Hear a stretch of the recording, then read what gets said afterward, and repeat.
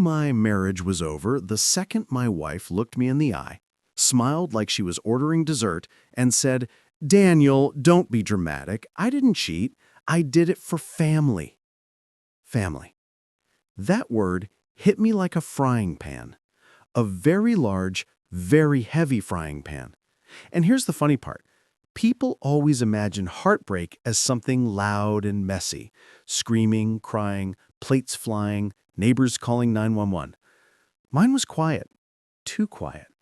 Like the moment in a horror movie right before the demon jumps out of the washing machine. I just stared at her across the kitchen island, one hand holding my coffee, the other holding the paper that had broken my brain. A medical bill from a fertility clinic. And not just any bill. One with her signature on it. She stood there, hands folded, belly only slightly showing, pretending she didn't just turn our 18-year marriage into a documentary special on Discovery ID. That brings me to who I actually am, in case you're wondering how I ended up in this circus.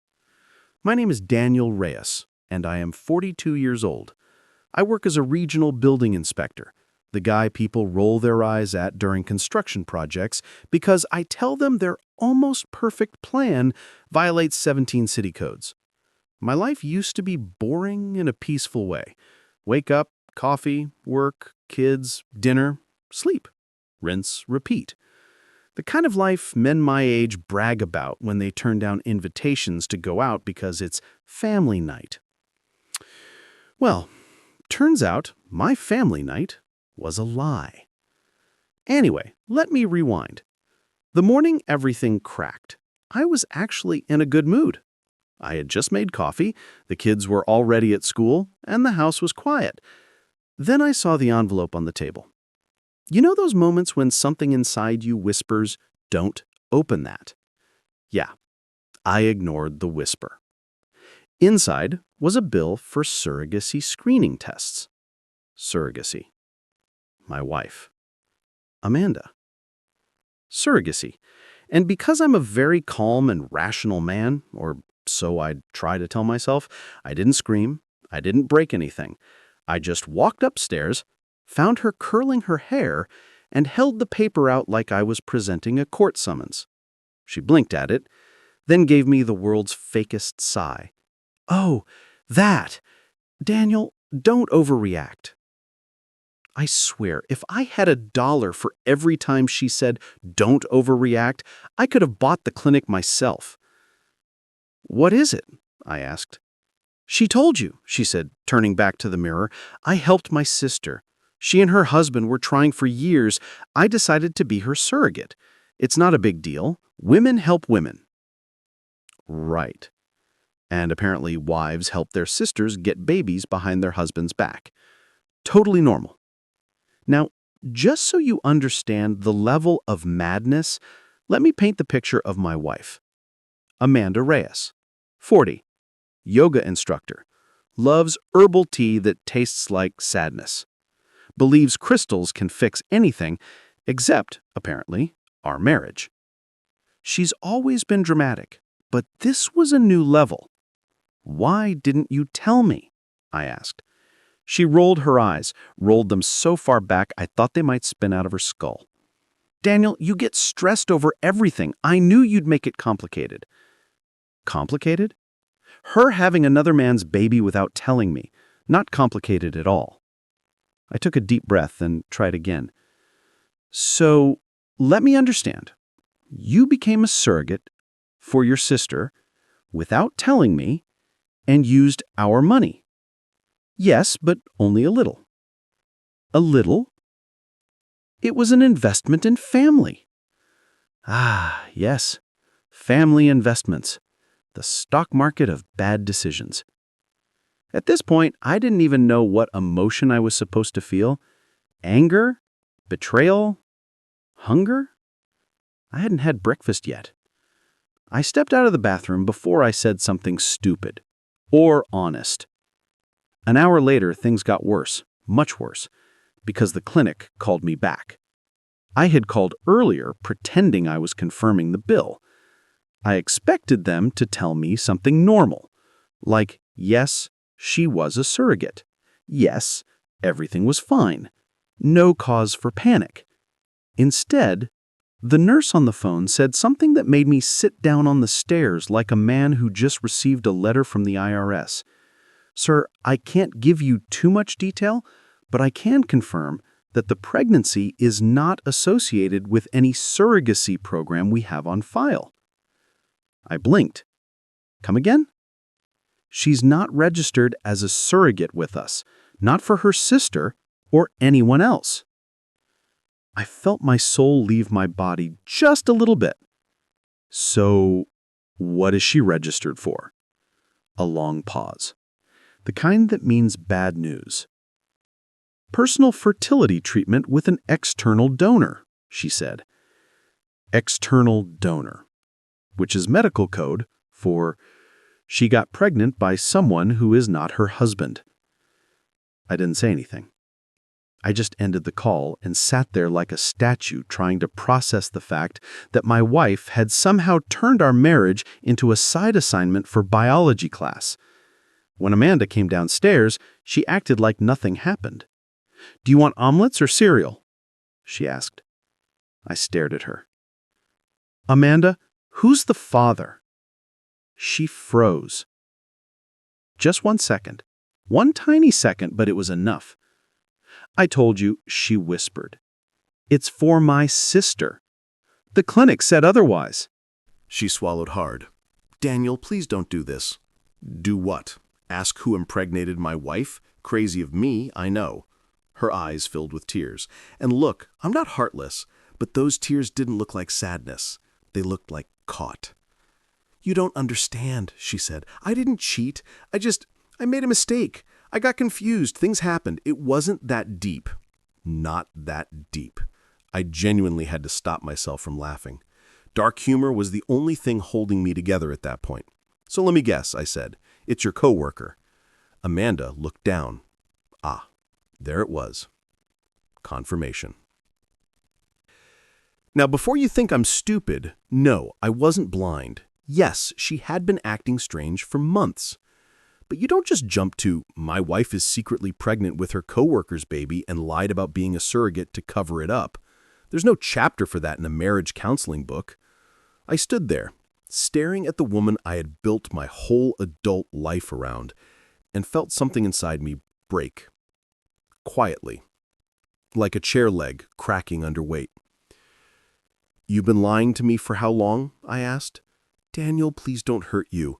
Oh, thank God, I thought that cheating and pregnancy were meant to improve my self-esteem.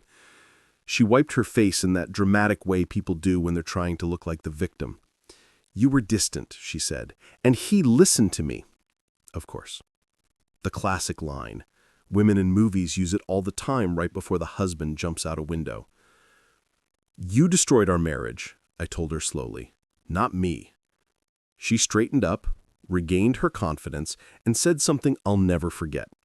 "Well, you're still my husband, and you're going to support me through this. That's what you promised, for better or worse." The level of delusion in that sentence should have been studied by scientists. Because what she didn't know, what she couldn't possibly know, was that this was the moment everything turned. The exact second the switch in my head flipped. I wasn't going to yell. I wasn't going to beg. I wasn't going to work on things. I was going to end it. Properly? Peacefully at first. Legally? Definitely. And if life let me sprinkle a little justice on top, well, who was I to refuse? That night I slept on the couch. The kids didn't know. They thought Mom had a stomach ache and Dad was being nice, giving her space. Yeah, space. About 3,000 miles of it sounds perfect. As I lay there staring at the ceiling, I thought about the last 18 years. All the memories, the holidays, the sacrifices, the arguments, the makeups, the plans we made for our future. And I realized something that hurt more than anything else. I wasn't just losing a wife. I was losing the person I thought she was. The next morning, I quietly made calls. A lawyer, a private investigator, a friend who worked in HR at Amanda's job, and my sister. The one person who would never tell me, "You're overreacting," I didn't feel rage. Not the loud kind. It was the cold type. The kind that sits in your veins like ice. Because now that I knew the truth, I wasn't just a husband who got cheated on, I was a man preparing for war. And trust me, I planned to win. I woke up the next morning with the kind of headache that feels like someone played drums inside your skull all night. The couch didn't help, but honestly, the pain came from my life more than the cushions. I opened my eyes and saw the ceiling fan spinning slowly above me, like it was tired of this drama too. For a moment, I almost forgot everything. Then the memory hit me again. My wife was pregnant with another man's baby, and I was sleeping downstairs like some visiting uncle. The house was quiet. Too quiet. Amanda wasn't a morning person, so she was probably still in bed, pretending she didn't ruin my life less than 24 hours ago. I sat up, stretched, and tried to breathe normally, but every inhale felt heavy. I used to love mornings. Coffee, sunlight, a little silence before the chaos of the day. Now it felt like silence was my enemy. I went to the kitchen, made coffee, and stared out the window. The neighbor across the street was already outside watering her plants like she was living in a different universe where marriages weren't collapsing and people didn't lie about being surrogates. Must be nice. My phone buzzed. It was my sister, Elena. "You okay? Want me to come over?" I typed back, "No, I'm fine." Lie. Huge lie. She replied instantly, "You're not fine. You spell fine only when you're not fine. I'm coming." I didn't argue. Elena is the kind of woman who shows up even if you lock the door and turn off all the lights. She used to break into my room when we were kids just to annoy me. At least now it was for a good reason. I heard footsteps upstairs. Light ones. Amanda. I really didn't want to talk to her, but life is cruel, so she walked into the kitchen wearing her robe, hair messy, face pretending innocence. She opened the fridge like she wasn't the star of my personal horror movie. "Morning." I didn't answer. The coffee machine made more noise than I did. She closed the fridge and faced me. "Daniel, are you going to ignore me?" "I'm trying," I said, sipping my coffee. She sighed, the deep, dramatic kind. "We need to talk." Funny. That's what people say right before something terrible happens. Guess it fits. "Daniel, this is not all my fault." I almost choked on my drink. "Right. Silly me. How could I forget? You got pregnant by another man for what exactly? Women empowerment? Team building exercise?" She flinched. "Stop twisting things." "I'm not twisting anything. I'm just repeating facts. If the facts sound insane, that's on you." She pulled out a chair and sat down. "I know I lied, but you have to understand why." "Oh, I'm dying to hear this. Please, tell me what possible reason you had for cheating, getting pregnant, hiding it, and pretending you were doing charity work as a surrogate." Her eyes filled with tears again. I was officially immune to them at this point. "He made me feel noticed," she whispered. Out of everything she could have said, that one hit me in the throat. Not because I believed her, but because I realized just how long she had planned this mess. You don't accidentally get pregnant. You don't accidentally hide a pregnancy. You don't accidentally go to a clinic that requires signatures, tests, forms, scans. Amanda didn't make a mistake. She made a whole second life. I leaned on the counter. "So what now? What's your plan? You expect me to raise this child or pretend nothing happened?" "She expects you to be my husband," she said quietly. "My husband?" I laughed. I actually laughed. "Amanda, you're asking me to be something you clearly don't even want." She wiped her cheek. "You're being cruel. And you're being delusional," I shot back. She stood up suddenly, knocking the chair a little. "I'm carrying a child. I need stability. Then call the father. He can help with that. She looked at me like I slapped her. He can't. Of course he couldn't. My guess is he was married, or had a fiancé, or simply didn't want a baby with the woman he cheated with. Amanda walked out of the kitchen without another word. I didn't stop her. I couldn't. I needed space before I said something that would make this even uglier. 15 minutes later, Elena walked in without knocking, as usual. She froze when she saw my face. "Oh, wow. You look like someone dragged you across a football field." "Thanks," I muttered.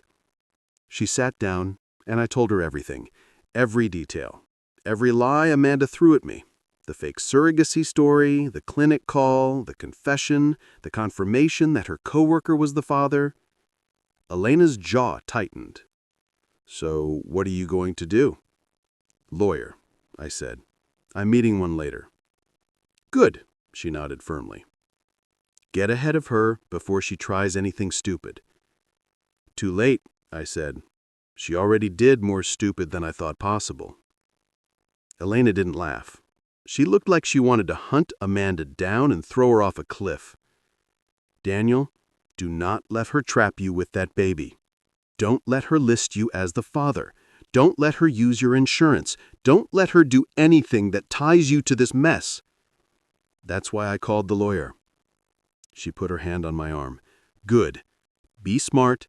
Be cold. Don't let your heart get in the way. She already walked all over it."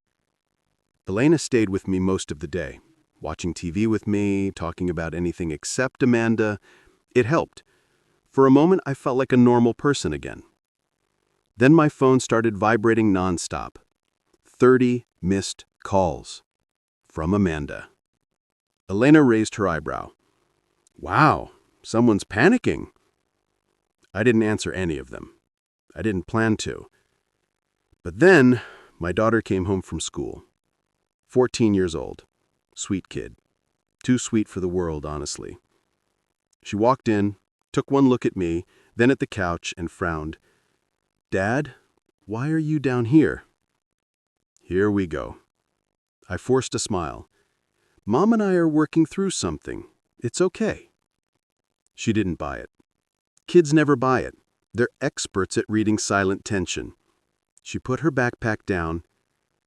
"Dad, Mom is crying upstairs." "Well, she should be," Elena muttered. I gave her a look that said, "Please shut up," but she didn't care. My daughter stepped closer. "Dad, she said you locked her out of your room." "I didn't lock her out. I just needed some space." "She said you're being unfair." I sighed. "Sweetheart, sometimes adults fight.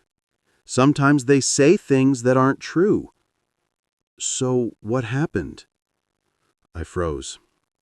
I couldn't tell her the truth. Not yet. Not like that. Before I could answer, Amanda came down the stairs. Her eyes were red and puffy, and she held her stomach like she was starring in a sad movie. "Kids, go upstairs." My daughter hesitated, then nodded and left. Amanda walked toward me slowly. "We need to talk. Alone." Elena stood up. "I'll go for a walk. But Daniel, don't let her guilt trip you." Amanda glared at her. "This is between us." Elena walked out, slamming the door just enough to make her point. Amanda turned back to me. "You ignored my calls." That was on purpose.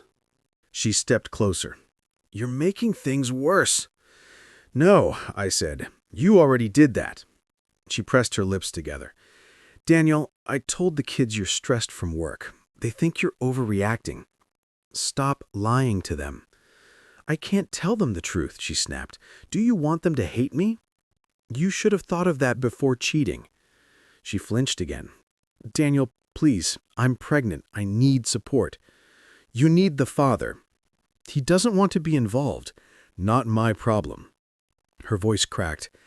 "Daniel, he's married." There it was, the final piece. Of course he was married. Amanda didn't just blow up our home, she blew up someone else's too. She sat down on the couch and covered her face. Daniel, I'm scared. I should have felt something. Sympathy, anger, anything. But I felt nothing but cold clarity. What do you want from me? I asked calmly. She looked up with wet eyes. I want us to stay together. I want you to help me raise this baby. I blinked. Amanda, you must be out of your mind. I'm serious, she cried. We can get through this. No, I said softly. You and your coworker can figure out your own future. I'm out. She grabbed my hand suddenly. Daniel, you can't leave. You can't do this to me. I'm not the one who did something. What about the kids? She asked desperately. The kids will be fine. I'll talk to them when the time is right. Her voice softened. Fake softened. Daniel, I promised to take care of me. You broke our vows first. Her face twisted. So what? You'll just throw me away? Like nothing? No, I said. I'll throw away the lies. You can keep the consequences. She gasped like I stabbed her. You're being cruel. No, I said again. I'm being done. Later that night, after everyone was asleep except me, I sent an email to the lawyer with every detail I had. Screenshots, the medical bill, notes from the clinic call. Everything. I knew what was coming next. Custody battles, lies, drama, more tears, more manipulation. But the decision was made. I was done playing the loyal husband in a marriage where my wife played the victim and the villain at the same time. I went upstairs slowly and stood outside my bedroom door. I could hear Amanda crying inside our room, or maybe she was rehearsing her next performance. Hard to tell. I didn't open the door. I didn't say a word. I just went to the guest room and lay down, staring at the ceiling again. The difference this time was I didn't feel broken anymore. I felt ready. Ready for the storm. Ready for the truth. Ready to protect myself and my kids. Ready to let everything fall apart so I could rebuild something better. Tomorrow, the real war would begin. And for once, I wasn't scared. I was angry. And sometimes anger is the only thing that keeps a man standing. The thing about life falling apart is that once the collapse starts, everything comes down fast. You don't get warning signs or gentle reminders or a friendly tap on the shoulder. One day you're living your normal life, and the next you're hiding divorce papers under your car seat so your wife won't find them and start screaming like she's auditioning for a soap opera. That was me on a Wednesday morning. I woke up in the guest room again. I'd gotten used to the mattress, which says a lot because it was old enough to have fought in a war. I stretched, cracked my neck, and checked my phone. There were 12 missed calls from Amanda and 4 from my daughter. My stomach twisted. I opened the messages. My daughter. Dad, Mom's acting weird. Please come upstairs. Dad, hurry. Dad, where are you? I was halfway out the door before I even realized I was moving. Upstairs, Amanda was sitting on the edge of the bed crying into a pile of tissues like some tragic movie character. My daughter stood beside her looking scared and confused. I forced calm. Shuhara, go wait downstairs. I'll be right there. She hesitated. Are you two fighting again? No, I lied. We're just talking. She nodded slowly and left. As soon as she closed the door, Amanda shot to her feet. Daniel, you're trying to divorce me? And there it was. Apparently she had found the lawyer's email on my laptop while pretending to look for baby name ideas. I took a deep breath. You went through my computer? You're my husband, she said, voice shaking. I can look at anything. Funny, I said, because I clearly can't say the same about you. She crushed another tissue in her fist. You're going to leave me pregnant and alone, and you're not even ashamed? Amanda, the child isn't mine. She stomped her foot like a toddler. You don't get to say that. Yes, I said calmly, I do. You're destroying this family. I stared at her, truly stared, and in that moment I realized she genuinely believed she still owned the moral high ground. Like cheating, lying, and insulting my intelligence was a small thing, a tiny speed bump. I rubbed my forehead. Amanda, you ended the marriage. I'm just signing the paperwork. She shook her head. No, you can't do this. You're my husband, Daniel. You love me. I did. Her face tightened like she'd been slapped. You can't just stop loving me. You stopped loving me first. She froze. Then suddenly she changed tactics. Her voice softened, her shoulders slumped, her hands rested on her stomach like a tragic hero in a hospital scene. Daniel, I'm scared. I made mistakes, big ones. I'm not defending myself. I'm just asking you, please, don't give up on me. It was a good performance, I'll give her that. If she had tried acting spool instead of cheating, she would have won awards. But I wasn't falling for it. I'm sorry you're scared, I said quietly, but I can't fix this. She stepped closer. You can. You choose not to. No, Amanda. You chose not to first. She stared at me with this look like she finally understood I wasn't bluffing. Then she whispered the one thing that made everything shift. If you divorce me, I'll make sure the kids hate you. I didn't move. I didn't blink. I didn't breathe. Because that sentence told me exactly who she really was. And trust me, nothing makes a man calmer than hearing the monster finally show its real voice. Say that again? I said softly. She swallowed. You heard me. And you think that'll work? Her eyes were wide now. I'm their mother. They'll believe me. I nodded slowly. Good to know. She hesitated. What does that mean? That means, I said, we're not talking anymore. Everything goes through the lawyer. She panicked. Daniel, wait. I walked out. She grabbed my arm. I removed her hand gently like you do when a stranger gets too close. Don't do this, she breathed. I'm done. I went downstairs, found my daughter in the living room hugging a pillow, and told her I'd pick her up from school later. She asked if everything was okay. I wanted to say yes. I said, we'll talk soon. Later that day, I met with the lawyer, a woman named Harper, who looked like she had eaten 3 cheating husbands for breakfast and didn't regret it. She sat across from me with her glasses low on her nose and said, Daniel, we're not just divorcing her, we're making sure she can't drag you into her mess. Good, I said. What do I need to do? Everything, she replied.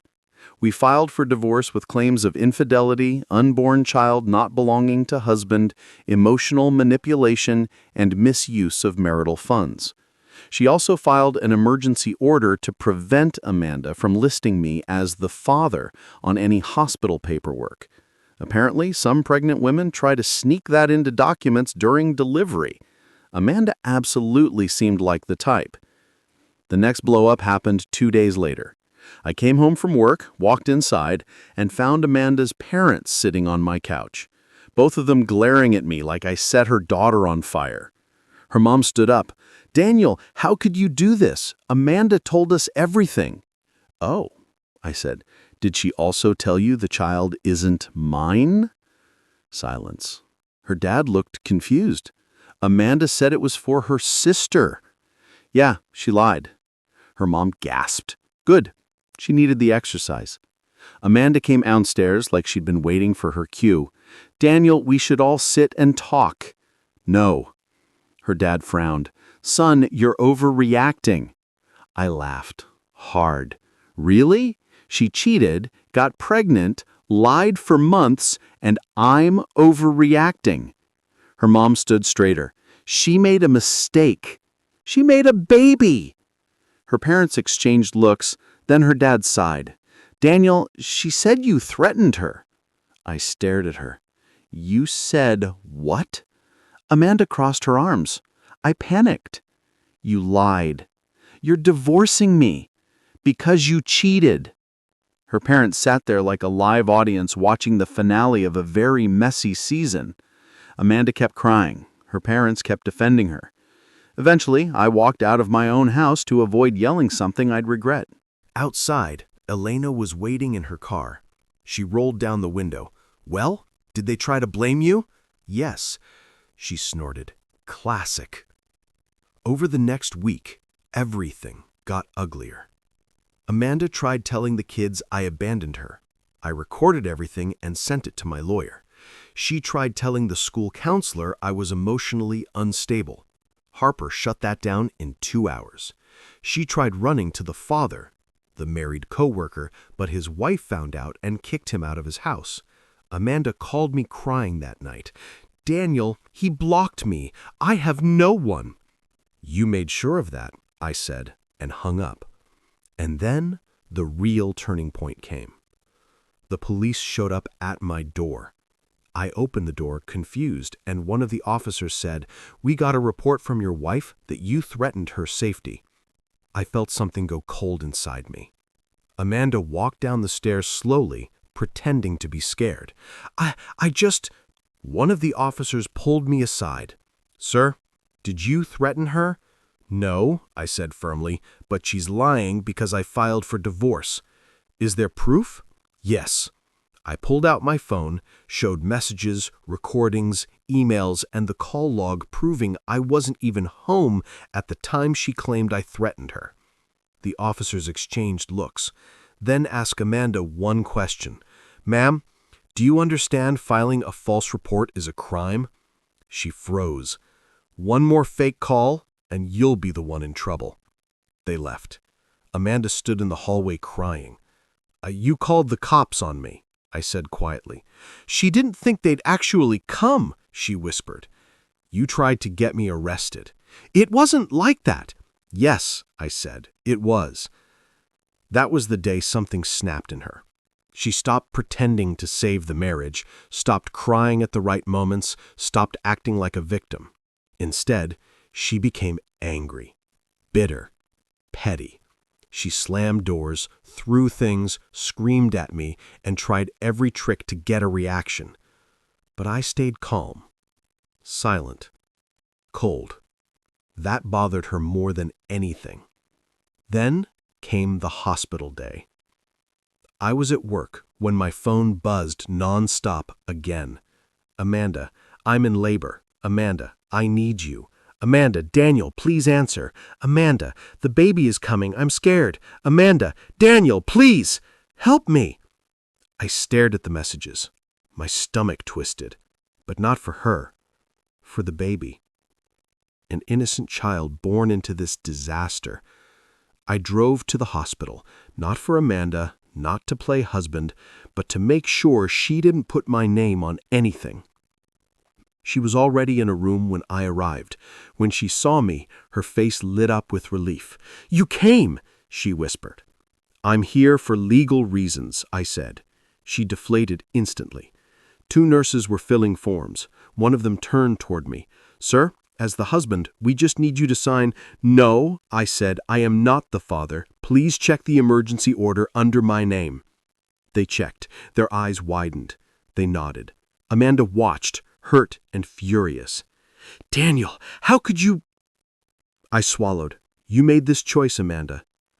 She cried during the delivery. I stayed in the hall. Her parents arrived. Her mother glared at me like I'd murdered Santa Claus. The baby was born. Healthy, crying loudly, a boy. Amanda tried again. "Daniel, please come see him." "No," I said. "He deserves a father who is actually his father." She broke down. I walked away.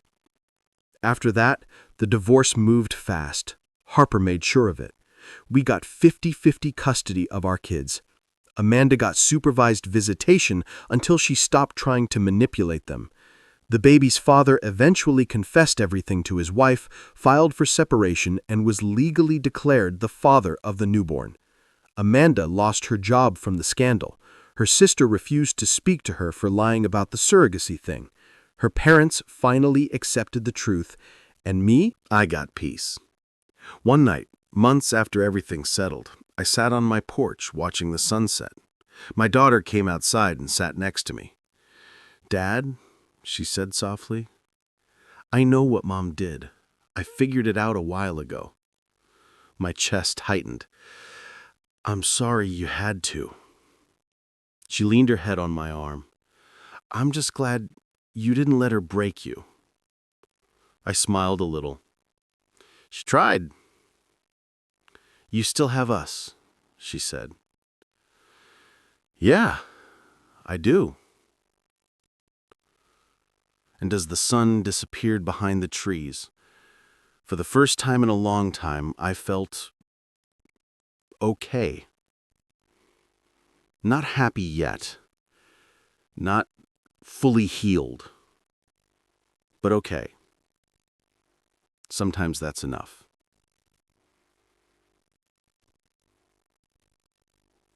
And the funny thing? After everything, the lies, the cheating, the pregnancy, the cops, the chaos, I finally understood something simple. Revenge isn't always fire and explosions. Sometimes it's just this: living a better life than the person who tried to ruin yours. And trust me, that's exactly what I plan to do.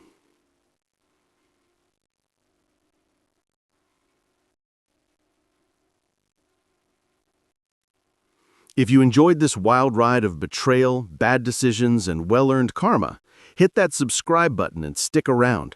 I've got more stories that twist, burn, and hit right where it hurts. Don't miss the next one. It's only getting messier from here.